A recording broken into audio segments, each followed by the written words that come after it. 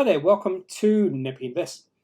I currently have a mission to cover every single company on the ASX that releases an operational cash flow positive June quarter. However, the company I'll be focusing in today's video, Dropsuite, is agonizing close to becoming operational cash flow positive. They haven't quite got there. But I haven't really featured or looked at this company before in one of my videos, and I thought today is the best time to do that because it does look like this company will become operational cash flow positive very soon, potentially even in the September quarter of this year. So Dropsuite is or has a cloud software platform that enables businesses or organizations to back up, recover, and protect their important business information, particularly when it comes to emails, that sort of thing. So you can back up your emails automatically, recover those emails anytime you want, that sort of thing. So before we look at the Appendix 4C for Dropsuite, let's have a look at some of the facts in regards to this company. Dropsuite's ticker code is DSE. Market cap of the company is 133 million at the end of closing on the 23rd of July. We did see the share price rise something like 13% on the Friday, the 23rd of July. So there is a lot of interest in this company. In fact, when we look at the chart, you can see the market cap and the valuation of this company has really increased over the past year. Revenue $7 million and growing. And over the past 12 months, the company was not operational cash flow positive. They were negative by 1.8 million.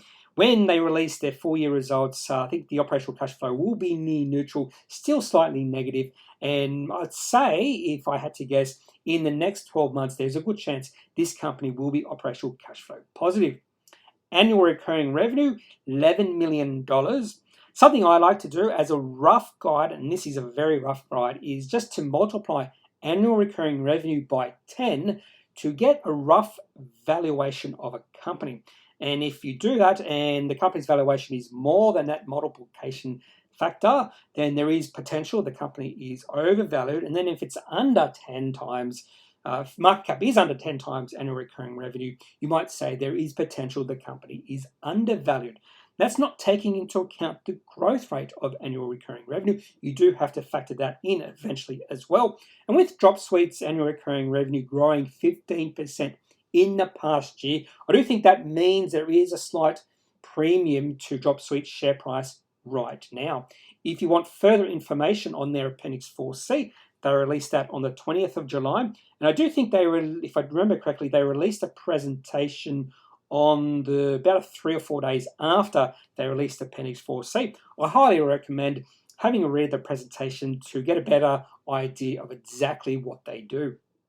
Before we look at the June quarter Appendix 4C for Dropsuite, just want to go back to the March quarter. I still remember this company releasing their results for this quarter because they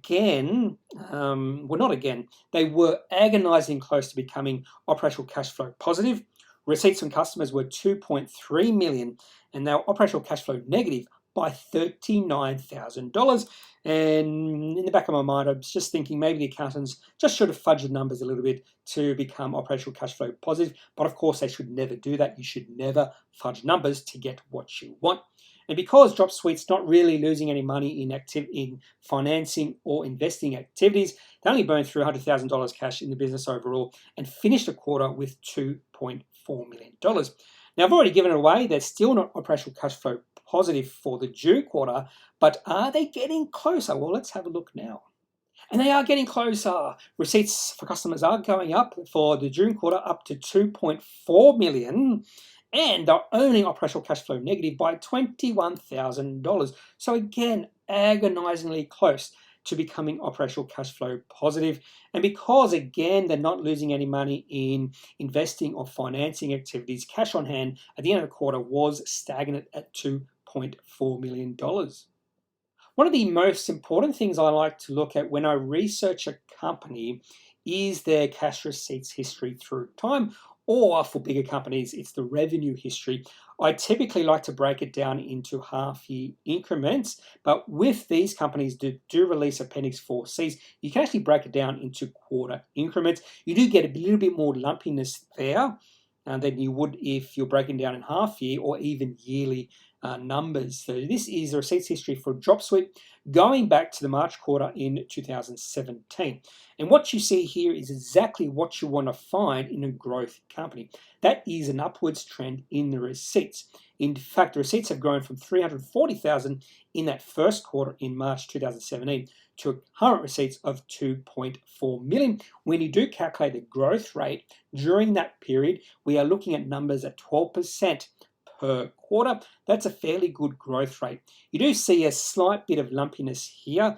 We did see in the December quarter 2018 a massive jump in receipts to 1.8 million, and then it came back a little bit. But overall, the trend is up for Dropsuite, and that's exactly what you want to see for a company you're thinking of buying into.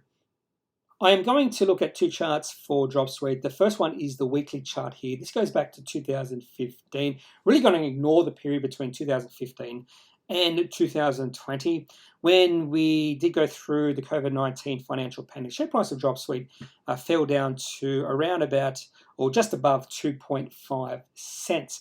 And the share price from then, that low, have moved into a weekly uptrend. In fact, this is a well-defined uptrend when you just look at the weekly chart.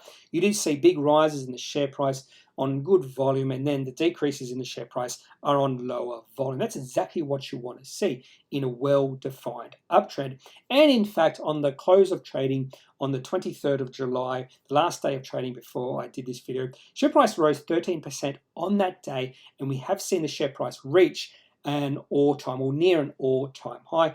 At the very least, it's a 5-year high. And that's the sort of company you do want to buy into when the share price is moving into all-time highs or near all-time highs. So at this point in time, looking at the weekly chart, this is a really sexy looking chart for those who like to buy into companies with a good momentum and positive sentiment behind the company.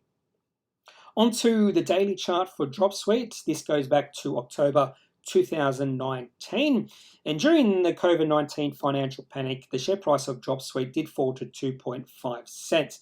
It quickly moved into a new uptrend towards the end of April, start of May, and we did see a lot of interest come into Dropsuite's share price during October of last year, when the share price went from 6.5 cents to about 15 cents on higher volume.